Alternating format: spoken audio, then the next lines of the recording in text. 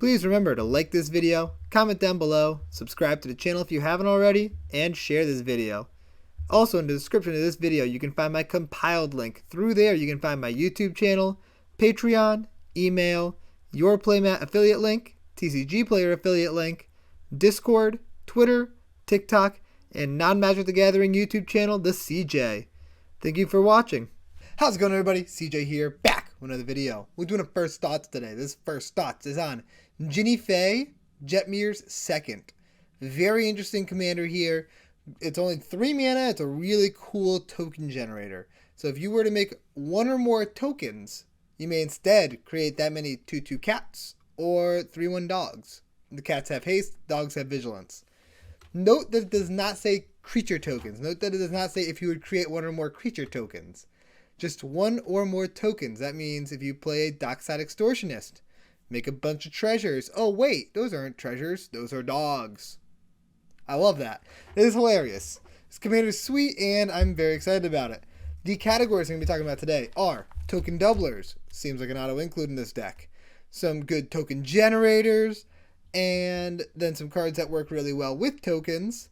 Some cards that work well with creatures entering the battlefield because you can have a lot of creature ETBs with this deck.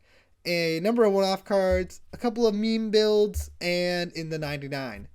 So, token generators. Starting off. Doubling Season. Auto include. Parallel Lives. Auto include. Anointed Procession. Auto include. Primal Vigor. Also probably an auto include. Token doublers seem amazing in this deck. Just being able to create twice as many dogs or twice as many cats seems like a really good idea. Seems like it's on par with your game plan. Yeah, do it. Next up, big time token generators. I went through and I picked out a good number of cards that create tokens at a faster rate, or create a lot of tokens all at once, or create tokens over time, but easily, like very quickly and easily. And those cards include Arasta, Phylath, Avenger Zendikar, Dragonlair Spider, Old Gnawbone, Rith, Dockside Extortionist, of course, Elspeth, Assemble the Legion, Awakening Zone, Beacon of Creation, Black Market Tycoon. That one's super cool in this deck because it creates treasures, which can then become dogs or cats, but then it deals damage to you equal to the number of treasures you control. Since you're not going to actually have any treasures because they're turning into dogs and cats, you're never getting dealt damage. That's sweet. Call the Coppercoats. Curse of Opulence is pretty cool. There's a lot of cards that I mentioned that create treasures because they tend to be created at fast rates. Deep Forest Hermit and Deranged Hermit seem great in this deck. Dragon Broodmother is a sweet card. Finale of Glory, that can be nice. Gilded Goose, because Jenny is also a May, so you could use Gilded Goose as a ramp card, or you could use it to spit out dogs and cats. Seems good. Grand Crescendo seems amazing in this deck. This card is nuts. Bonkers card, and it just protects your board while also generating tokens. Like, this card is going to be a commander staple, especially in token decks. March of the Multitudes, Smothering Tithe. Being able to get dogs and cats seems pretty good there. And since it's a May, if you want the treasures, you can get the treasures. Olivia's Attendants. This card seems ridiculous in this deck. Orochi Hatchery. Pretty cool card. Pest Infestation. Good removal that will generate a lot of tokens. Rice and Second Harvest to double your tokens. Why not? Bootlegger's Stash. Insane card. Tap your lands to create dogs and cats. Who doesn't want that? Secure the Wastes. Another really nice one. Tendershoot Dryad. At the beginning of every upkeep, just make a dog or a cat. Seems good. White Sun Zenith. Pretty sweet card here because it gets shuffled back in. You get to just dump a ton of mana into it. Tireless Provisioner and Tireless Tracker. Both of those seem very good. Landfall, create a token. Seems good. Feldar Retreat, very similar. It's just good stuff. Just good stuff there. And next, we're going to talk about cards that work really well with your token generator. So those are just a large... I just smacked you in the face with a lot of just token generators there. But I went through a list of 1,300 and I pulled these out as some of the cream of the crop token generators. So just wanted to make it so you had a good list to look from for key ones to think about including. But cards that work well with tokens. You have Benny Brax, new card, seems amazing in the deck. Idol of Oblivion. You have Fabine, seems good. Prava, give your token some big butts. Hour of Reckoning, board wipe, one-sided board wipe. Who doesn't like that? Intangible Virtue, +1/+1 and Vigilance. Why not? Shamanic Revelation, Orin Frostfang, and Toski all seem like amazing card draw cards. Because you're going to be going really wide at tokens, so it's going to be really easy to get damage in and draw cards off Toski and Orin Frostfang. Well, Shamanic Revelation, you're going wide, just draw cards equal to the number of creatures you have. That seems pretty great. Eldrazi Monument seems really awesome because you're going to be able to sacrifice tokens to it very easily, and it's just going to give your creatures a huge buff. And Cryptolith Rite. I mean, if you're going to turn your treasures into creatures, you might as well make it so your creatures can tap for mana, right? Seems good to me. And next, we're talking about cards that have good ETB effects because you're going to be creating a lot of creature tokens, making a lot of enter the battlefield triggers, and profit. You just need to profit off of that. Aura Shards, blow up all the artifacts and the enchantments. Cathar's Crusade, make your board insanely big.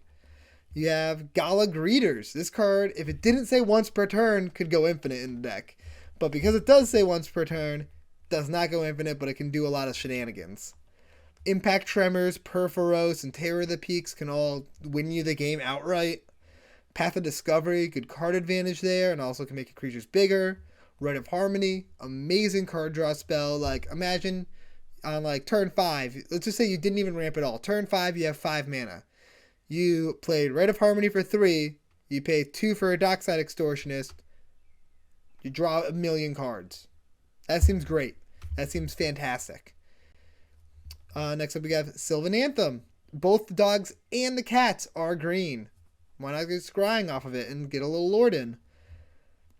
And then if you're going to lean heavier on making dogs, then Elemental Bond and Garruk's Pack Leader sound amazing for this deck because if you have a creature with power 3 or greater enter, you draw a card. Works well with the dogs. And if you go heavy on the cats, you can, instead of using those cards, you can draw cards using cards like Welcoming Vampire and Mentor the Meek. Good stuff. It's good stuff right there. You're probably going to want to lean heavier towards one or the other in deck building ideas, so that way, like, when you're building the deck, you're expecting to be making more of these unless you're in a pinch. Because it's easier to tailor your deck more to one, and then you'll get more profit off of it. And some of the reasons why is with dogs, you have Pack Leader as a good dog card. But for cats, I think cats are the better way to go just because there's more support.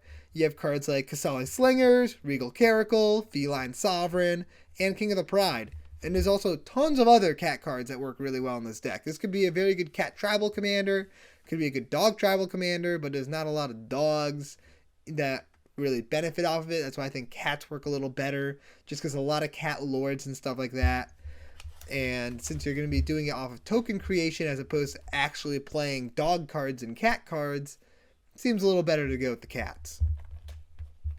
Some of the other one-off cards, you have Colony Garden and Kerr Keep, just very good at creating tokens on lands. Kerr Keep, 2 mana, make a dog, 2 mana, make a cat. That seems really good.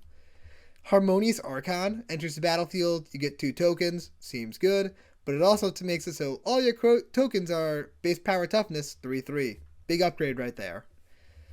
Or it just makes all your creatures base toughness 3/3. Big upgrade.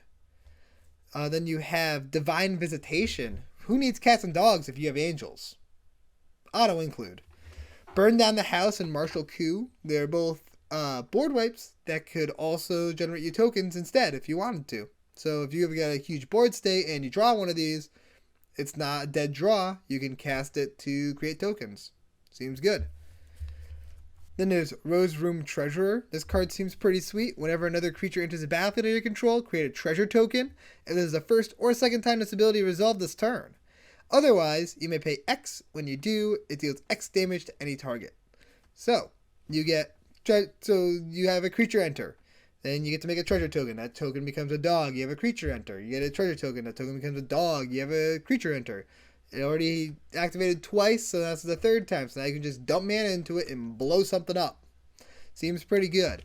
If it didn't have that last if it didn't have the clause of if it's only the first or second time, then this would just easily go infinite. But because of that, it can just be a good way to get 2 extra tokens and blow something up. Seems pretty good in the deck. If you want to lean really heavy on clues, foods, and treasures as your tokens that you generate, then Academy Manufactor seems like an amazing card for this deck. And you can honestly build this deck around Academy Manufactor. You can just make the Academy Manufactor a hidden commander, and Jenny's just like there as your commander, but actually you're using tutors. You're in white, so you get a lot of good artifact tutors. Same thing with red. So you can easily tutor it out. It's also a creature, and you're in green, so a lot of creature-based tutors would work really well as well. And so all you're doing is getting Academy Manufacturer out, and then making food tokens or clue tokens or treasure tokens, and you make 3 of those, and then you get 3 cats or 3 dogs.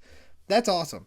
If I build Jenny Faye, it's gonna be as an Academy Manufacturer deck with Jenny Faye as the commander, and it's just a hidden commander. I think that's a hilarious idea, and that's what I would be doing, because triple cats sounds fun, or triple dogs sounds fun. And the last one-off cards I want to talk about are Craterhoof and Beastmaster Ascension. Just good ways to close out the game. You're going big and wide, so why not? Just smack down a hoof and then kill everybody. Seems really good. And lastly, we got in the 99, any Naya plus any colors commander that's tokens based would like this card. Like Jetmir would like this card. Rith would like this card. You could throw this easily into Rin and Seri, auto-including Rin and Seri, honestly. Marith could like this. There's a lot of different commanders that would work really well with Jenny Faye. So, if you have a tokens deck that's got green, white, and red in it, you should definitely consider adding Jenny Faye to that deck. And that is everything I have for Jenny Faye Jetmir 2nd. I hope you guys enjoyed this video, and I'll see you next time. Peace out, everybody.